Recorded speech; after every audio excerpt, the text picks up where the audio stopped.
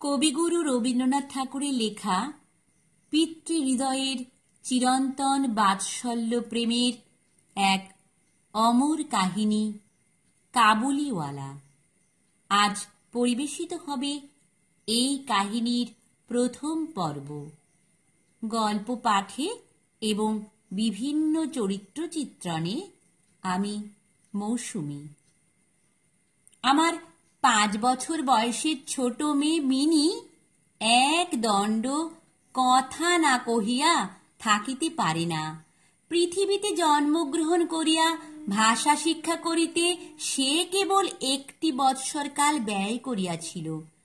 তাহার পর হইতে যতক্ষণ সে জাগিয়া থাকে এক মুহূর্ত মৌনভাবে নষ্ট করে না। তাহার মা অনেক সময় ধমক দিয়া তাহার মুখ বন্ধ করিয়া দেয়, কিন্তু আমি তাহা পারি না। মিনি চুপ করিয়া থাকিলে এমনি অস্বাভাবিক দেখিতে হয় যে সে আমার বেশিক্ষণ সহ্য হয় না। এই জন্য আমার সঙ্গে তাহার কথোপকথনটা কিছু উৎসাহের সহিত চলে। সকালবেলায় আমার নভেলের সপ্তদশ পরিচ্ছেদে হাত দিয়াছি, এমন সময় মিনি আসিয়াই আরম্ভ করিয়া দিল, বাবা, রামদয়াল দারোয়ান কাককে কৌয়া বলছিল, সে কিচ্ছু জানে না না। আমি পৃথিবীতে ভাষার বিভিন্নতা সম্বন্ধে তাহাকে জ্ঞান দান করিতে প্রবৃত্ত হইবার পূর্বেই সে দ্বিতীয় প্রসঙ্গে উপনীত হইল। দেখো বাবা, ভোলা বলছিল আকাশে হাতি সুর দিয়ে জল ফেলে, তাই বৃষ্টি হয়। মাগো, ভোলা এত মিছিমিছি বকতে পারে? কেবলই বকে, দিন রাত বকে। এ সম্বন্ধে আমার মতামতের জন্য কিছুমাত্র অপেক্ষা না করিয়া হঠাৎ জিজ্ঞাসা করিয়া বসিল, বাবা, মা তোমার কে হয়? মনে মনে কহিলাম, শ্যালিকা। মুখে কহিলাম, মিনি, তুই ভোলার সঙ্গে খেলা করগে যা, আমার এখন কাজ আছে। সে তখন আমার লিখিবার টেবিলের পার্শ্বে আমার পায়ের কাছে বসিয়া নিজের 2 হাঁটু এবং হাত লইয়া অতি দ্রুত উচ্চারণে আগডুম বাগডুম খেলিতে আরম্ভ করিয়া দিল। আমার সপ্তদশ পরিচ্ছেদে প্রতাপ সিংহ তখন কাঞ্চনমালাকে লইয়া অন্ধকার রাত্রে কারাগারের উচ্চ বাতায়ন হইতে নিম্নবর্তী নদীর জলে ঝাঁপ দিয়া পড়িতেছেন।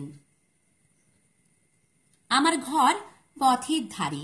হঠাৎ মিনি আগডুম বাগডুম খেলা রাখিয়া জানলার ধারে ছুটিয়া গেল এবং চিৎকার করিয়া ডাকিতে লাগিল, কাবুলিওয়ালা, ও কাবুলিওয়ালা। ময়লা ঢিলা কাপড় পরা, পাগড়ি মাথায়, ঝুলি ঘাড়ে, হাতে গোটা 2-4 আঙুরের বাক্স এক লম্বা কাবুলিওয়ালা মৃদু মন্দ গমনে পথ দিয়া যাইতেছিল। তাহাকে দেখিয়া আমার কন্যারত্নের কিরূপ ভাবোদয় হইল বলা শক্ত। তাহাকে ঊর্ধ্বশ্বাসে ডাকাডাকি আরম্ভ করিয়া দিল। আমি ভাবিলাম এখনই ঝুলি ঘাড়ে একটা আপদ আসিয়া উপস্থিত হইবে, আমার সপ্তদশ পরিচ্ছেদ আর শেষ হইবে না। কিন্তু মিনির চিৎকারে যেমনি কাবুলিওয়ালা হাসিয়া মুখ ফিরাইল এবং আমাদের বাড়ির দিকে আসিতে লাগিল, অমনি সে ঊর্ধ্বশ্বাসে অন্তঃপুরে দৌড় দিল। তাহার আর চিহ্ন দেখিতে পাওয়া গেল না। তাহার মনের মধ্যে একটা অন্ধ বিশ্বাসের মতো ছিল যে ওই ঝুলিটার ভিতর সন্ধান করিলে তাহার মতো 2-4টে জীবিত মানব সন্তান পাওয়া যাইতে পারে। এদিকে কাবুলিওয়ালা আসিয়া সহাস্যে আমাকে সেলাম করিয়া দাঁড়াইল। আমি ভাবিলাম, যদিচ প্রতাপ সিংহ এবং কাঞ্চনমালার অবস্থা অত্যন্ত সংকটাপন্ন, তথাপি লোকটাকে ঘরে ডাকিয়া আনিয়া তাহার কাছ হইতে কিছু না কেনাটা ভালো হয় না। কিছু কেনা গেল। তাহার পর 5টা কথা আসিয়া পড়িল। আবদার রহমান, রুশ ইংরেজ প্রভৃতিকে লইয়া সীমান্ত রক্ষা নীতি সম্বন্ধে গল্প চলিতে লাগিল। অবশেষে উঠিয়া যাইবার সময় সে জিজ্ঞাসা করিল, বাবু, তোমার লড়কি কোথায় গেল? আমি মিনির অমূলক ভয় ভাঙাইয়া দিবার অভিপ্রায় তাহাকে অন্তঃপুর হইতে ডাকাইয়া আনিলাম। সে আমার গা ঘেঁষিয়া কাবুলির মুখ এবং ঝুলির দিকে সন্দিগ্ধ নেত্রক্ষেপ করিয়া দাঁড়াইয়া রহিল। কাবুলি ঝুলির মধ্য হইতে কিশমিশ খোবানি বাহির করিয়া তাহাকে দিতে গেল। সে কিছুতেই লইল না। দ্বিগুণ সন্দেহের সহিত আমার হাঁটুর কাছে সংলগ্ন হইয়া রহিল। প্রথম পরিচয়টা এমনি ভাবে গেল। কিছুদিন পরে একদিন সকালবেলায় আবশ্যকবশত বাড়ি হইতে বাহির হইবার সময় দেখি আমার দুহিতাটি দ্বারের সমীপস্থ বেঞ্চির উপর বসিয়া অনর্গল কথা কহিয়া যাইতেছে এবং কাবুলিওয়ালা তাহার পদতলে বসিয়া সহাস্য মুখে শুনিতেছে এবং মধ্যে মধ্যে প্রসঙ্গক্রমে নিজের মতামতও দোআঁশলা বাংলায় ব্যক্ত করিতেছে। মিনির পঞ্চবর্ষীয় জীবনের অভিজ্ঞতায় বাবা ছাড়া এমন ধৈর্যবান শ্রোতা সে কখনো পায় নাই। আবার দেখি তাহার ক্ষুদ্র আঁচল বাদাম কিশমিশে পরিপূর্ণ। আমি কাবুলিওয়ালাকে কহিলাম, উহাকে এসব কেন দিয়াছ? অমন আর দিও না। বলিয়া পকেট হইতে একটা আধুলি লইয়া তাহাকে দিলাম। সে অসংকোচে আধুলি গ্রহণ করিয়া ঝুলিতে পড়িল। বাড়িতে ফিরিয়া আসিয়া দেখি সেই আধুলিটি লইয়া 16 আনা গোলযোগ বাঁধিয়া গেছে। মিনির মা একটা শ্বেত চকচকে গোলাকার পদার্থ লইয়া ভৎসনার স্বরে মিনিকে জিজ্ঞাসা করিতেছেন, তুই এ আধুলি কোথায় পেলি? মিনি বলিতেছে, কাবুলিওয়ালা দিয়েছে। তাহার মা বলিতেছেন, কাবুলিওয়ালার কাছ হইতে আধুলি তুই কেন নিতে গেলি? মিনি ক্রন্দনের উপক্রম করিয়া কহিল, আমি চাইনি, সে আপনি দিলে। আমি আসিয়া মিনিকে তাহার আসন্ন বিপদ হইতে উদ্ধার করিয়া বাহিরে লইয়া গেলাম। সংবাদ পাইলাম কাবুলিওয়ালার সহিত মিনির এই যে দ্বিতীয় সাক্ষাৎ তাহা নহে, ইতিমধ্যে সে প্রায় প্রত্যহ আসিয়া পেস্তা বাদাম ঘুষ দিয়া মিনির ক্ষুদ্র লুব্ধ হৃদয়টুকু অনেকটা অধিকার করিয়া লইয়াছে। দেখিলাম এই দুটি বন্ধুর মধ্যে গুটি কতক বাঁধা কথা এবং ঠাট্টা প্রচলিত আছে। যথা, রহমতকে দেখিবা মাত্র আমার কন্যা হাসিতে হাসিতে জিজ্ঞাসা করিত, কাবুলিওয়ালা, ও কাবুলিওয়ালা, তোমার ও ঝুলির ভিতর কি? রহমত একটা অনাবশ্যক চন্দ্রবিন্দু যোগ করিয়া হাসিতে হাসিতে উত্তর করিত, হাতি। অর্থাৎ তাহার ঝুলির ভিতর যে একটা হস্তি আছে, এইটাই তাহার পরিহাসের সূক্ষ্ম মর্ম।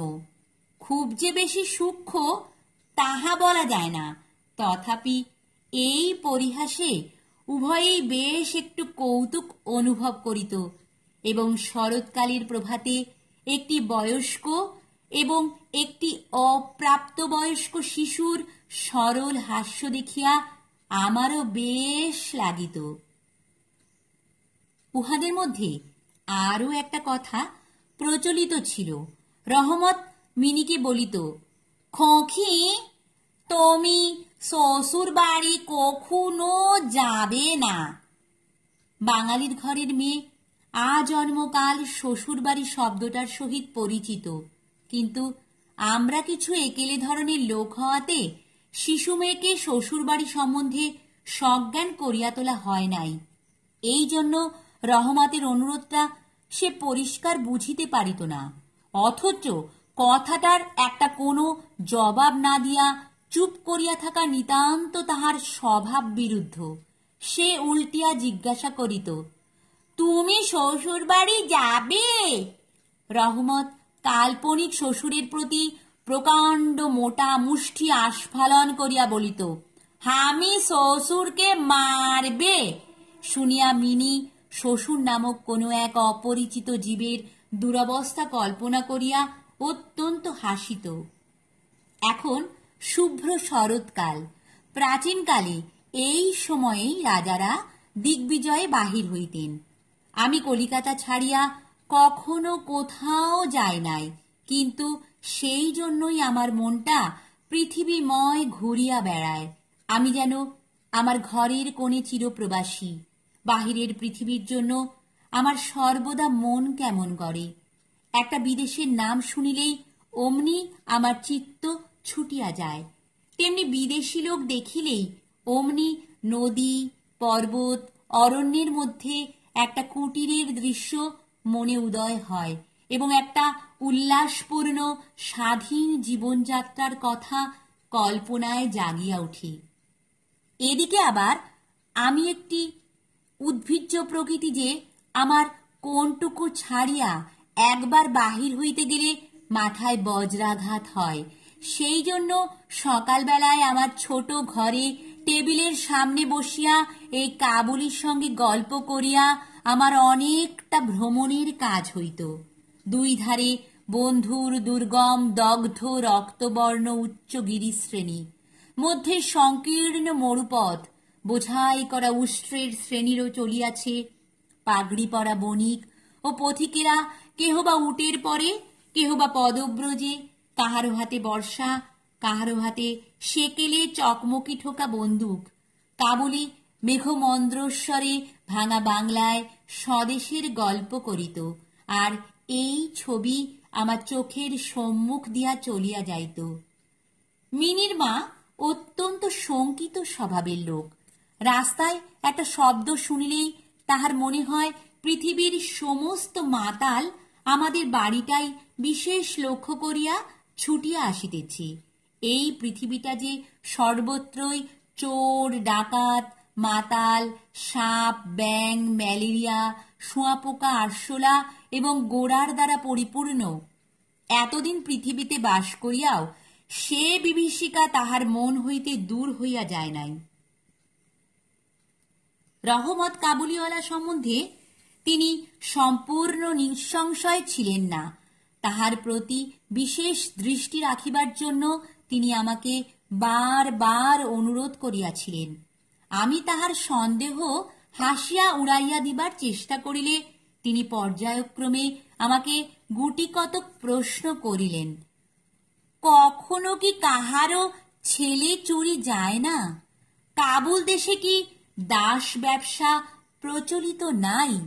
একজন প্রকাণ্ড কাবুলির পক্ষে একটি ছোট ছেলে চুরি করিয়া লইয়া যাওয়া একেবারেই কি অসম্ভব? আমাকে মানিতে হইল। ব্যাপারটা যে অসম্ভব তাহা নহে, কিন্তু অবিশ্বাস্য। বিশ্বাস করিবার শক্তি সকলের সমান নহে। এই জন্য আমার স্ত্রীর মনে ভয় রহিয়া গেল। কিন্তু তাই বলিয়া বিনা দোষে রহমতকে আমাদের বাড়িতে আসিতে নিষেধ করিতে পারিলাম না। প্রতি বৎসর মাঘ মাসের মাঝামাঝি রহমত দেশে চলিয়া যায়। এই সময়টা সমস্ত পাওনার টাকা আদায় করিবার জন্য সে বড় ব্যস্ত থাকে। বাড়ি বাড়ি ফিরিতে হয়, কিন্তু তবু একবার মিনিকে দর্শন দিয়া যায়। দেখিলে বাস্তবিক মনে হয় উভয়ের মধ্যে যেন একটা ষড়যন্ত্র চলিতেছে।